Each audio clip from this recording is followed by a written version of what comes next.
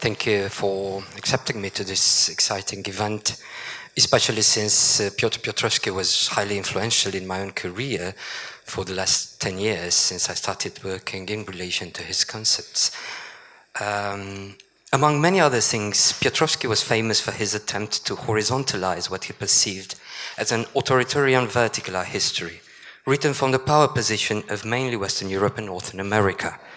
To achieve such an egalitarian goal, he lately proposed a model of comparative research that should function across individuals, cities, nations, and even regions, in an attempt to counter what he perceived as the cultural imperialism in a global art history. As defined by Piotrowski, such an alter-globalist, I quote, art history should expose repressive practices directed towards the margins, peripheries both geographically and topographically, that is, within certain localities. Thus, it should, I quote again from Piotrowski, reveal mechanisms of building hierarchy and hegemony, as well as repression and denial in the global scale. It is the concept of scale that particularly draws my attention in Piotrowski's alter-globalist account.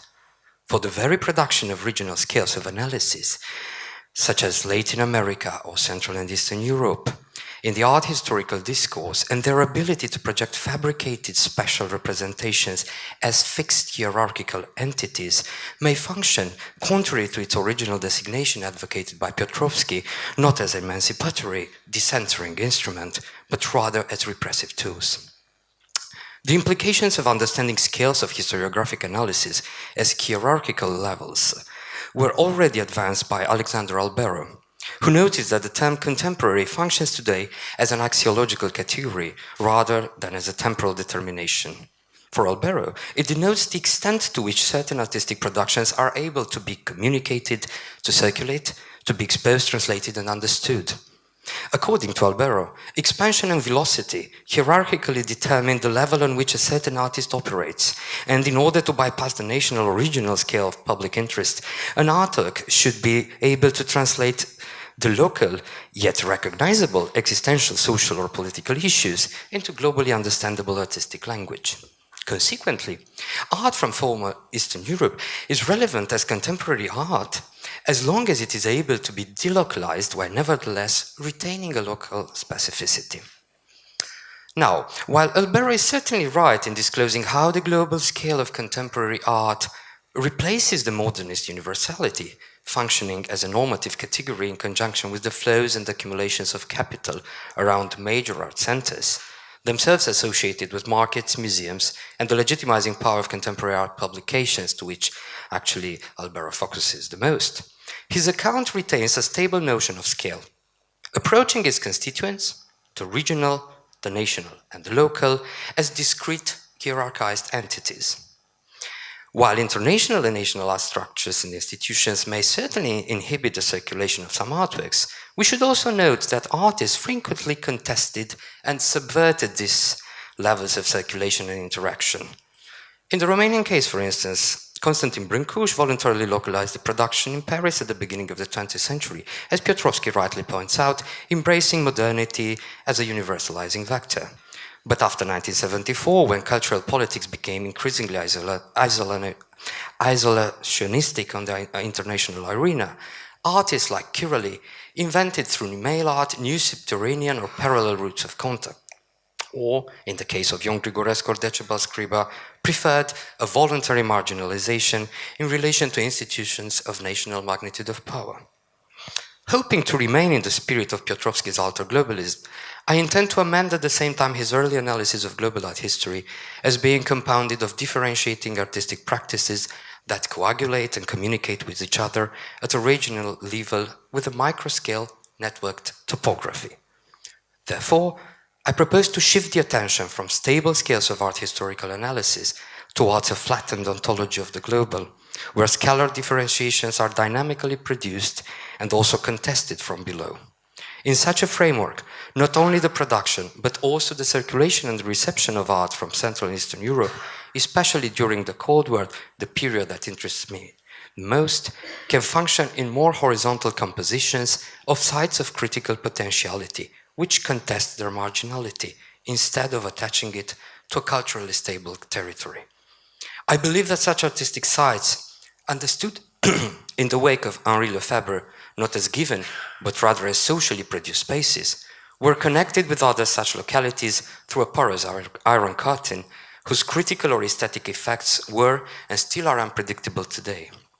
In such spaces of encounter and experience, artworks acted in a manner that I will call transversal in relation to scales of national or even regional importance. In particular, by focusing on the example of mail art, I attempt to indicate how the transnational agenda of many artists from the eastern side of the curtain constructed not from above, but rather from below the nation state. In short, instead of constructing a regional artistic typology, I claim that the manifold experimental artistic production from Eastern and Central Europe often connected themselves to other sites of political, aesthetic and social contestation, producing virtual spaces of dialogical encounters and of potentially endless conversations, as suggested by Fluxus artist Robert Fiu. Now, scales. Before eventually arriving to concrete artistic examples, allow me to further theorize the methodological shift I am advocating. In human geography, scale is usually understood as a hierarchy, ranging from the body to the neighborhood, the urban, the local, the national, and the regional, and eventually the global.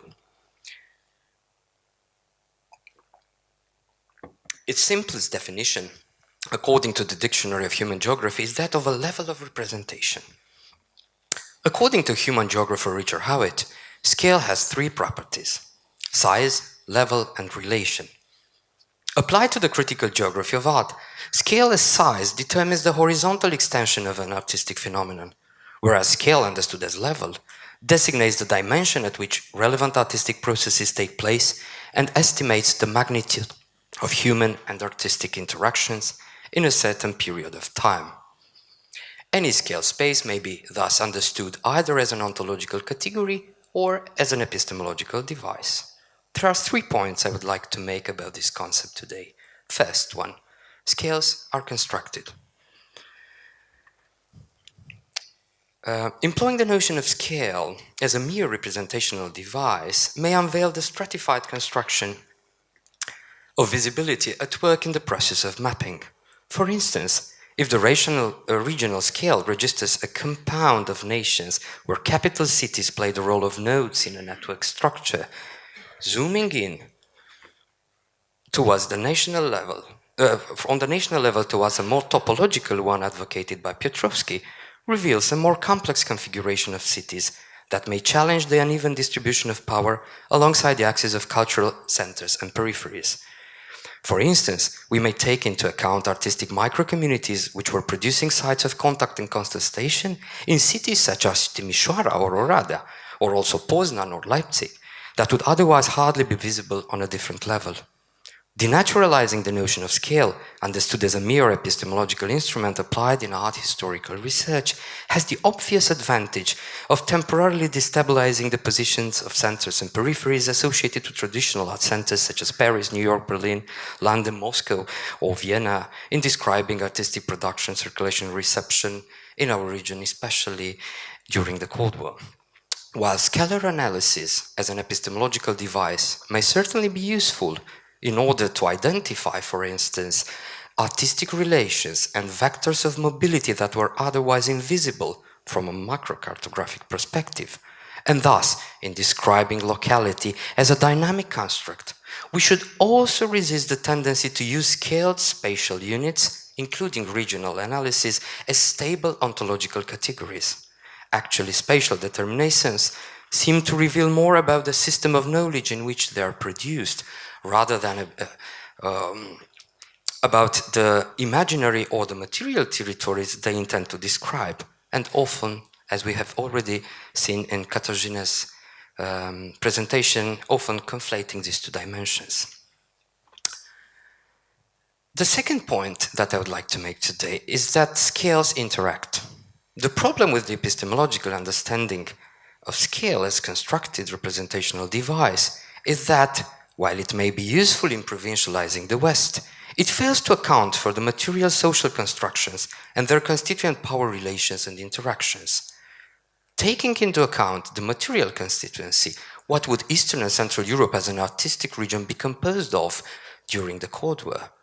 It would encompass at the same time national institutional structures which act both nationally and internationally, then local galleries or exhibition spaces, some of which also acted on a transnational level, such as the Balaton-Bogla Chapel in Hungary or the Foxel and accumulatory galleries in Poland and so on.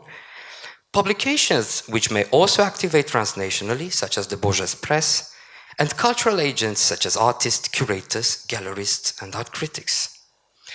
The analysis of interscalar relations of power and politics, through which any given scale is socially constructed, offers a different model of geohistorical analysis, which I will call transversal.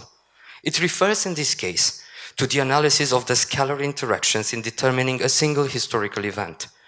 This will allow us to acknowledge mutual interdependencies at multiple and non-linear levels, a phenomenon that Neil Smith has labeled as scale jumping in geography. We may interrogate, for instance, how the transnational directly influences the local, while the latter connects horizontally with other localities in ways that a simple hierarchical analysis of discrete scaled art spaces would not be able to accommodate. A brief example. In Romania, artists such as Horia Bernea or Șerban Epure managed to participate in the international section of the 1971 and then Epure in the 1973 edition of the Paris Biennale on the direct invitation of Pierre Budai, the director of the Biennale at that time, who actually visited Epure's studio in Bucharest in 1971.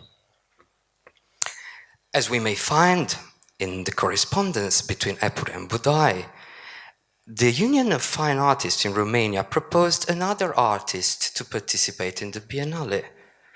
It was actually Mircea Spătaru, the national representative, that participated also in the 1973 Biennale. And the Romanian Union of Fine Artists delayed Epure's visa as much as they could.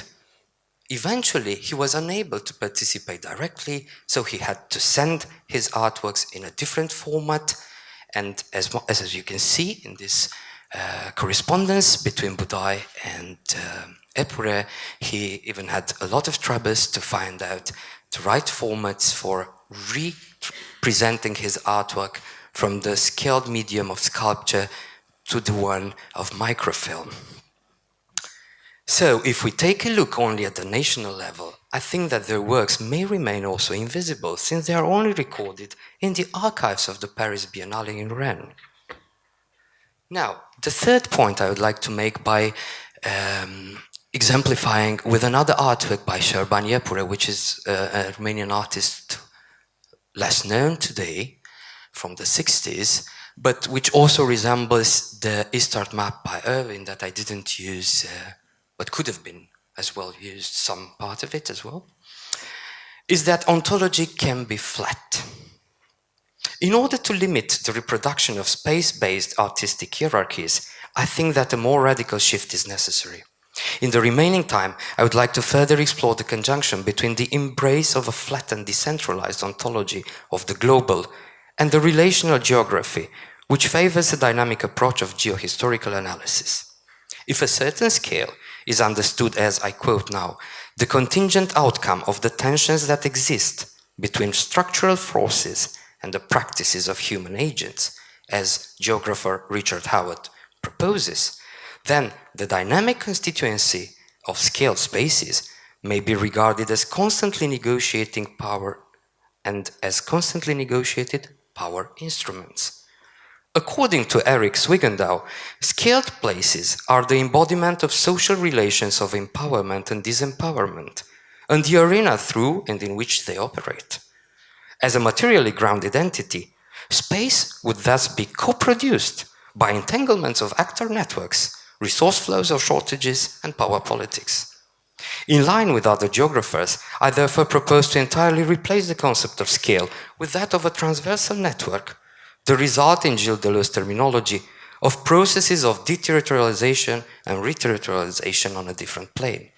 From the perspective of such a flattened ontology, scaled and mapped territories encompass an entanglement of institutions, actors, channels of communication and exchange, economic and political regulations and interactions that combine differently in various sites and at various times.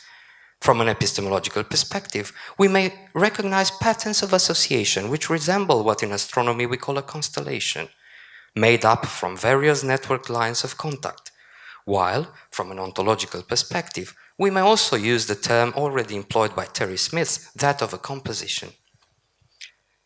A good example for understanding such a theoretical framework is that of mail art. Mail art may be understood, according to Zana Gilbert, as a translocal artistic practice. During the Cold War, facilitated by traditional reproductive technologies such as serigraphy and woodcut, but also by newer ones such as photography and the Xerox copying machine, the mobility of images often replaced the mobility of people in conditions of political control, in Eastern Europe, for instance, and as an alternative to the commercially oriented art in the former West. Unlike contemporary digital media, such a mobility was more dependent on the material conditions of communication, the postal system, which became the very content of many artworks that circulated under the umbrella term mail art.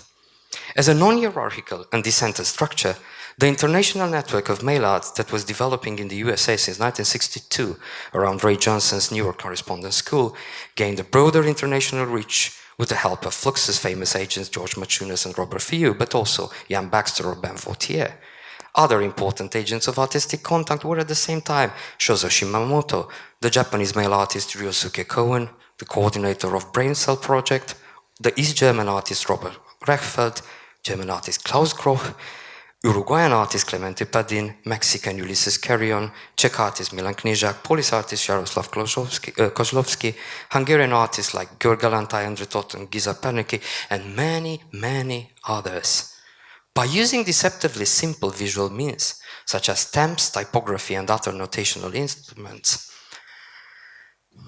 mail art constituted an alternative informal institutional structure that challenged the official system of artistic production, circulation, and distribution. The possibility of uncensored expression and the autonomous choice of content turned mail art into a subversive and emancipatory artistic format, bypassing the dominant aesthetic principles, particular politics of representations, and overt ideological engagements of the officially recognized institutional artistic systems. Mail art principles allowed for every submitted artwork to be exhibited without a jury, irrespective of its presumably inherent artistic value. Its collaborative dimension expanded the avant-garde artistic collective into a delocalized and non-commercial network based on shared solidarity and interconnected subjectivity. As German artist Klaus Groch has already put it, mail art is stateless. It needs neither visas nor passports. Mail art promotes collective activities.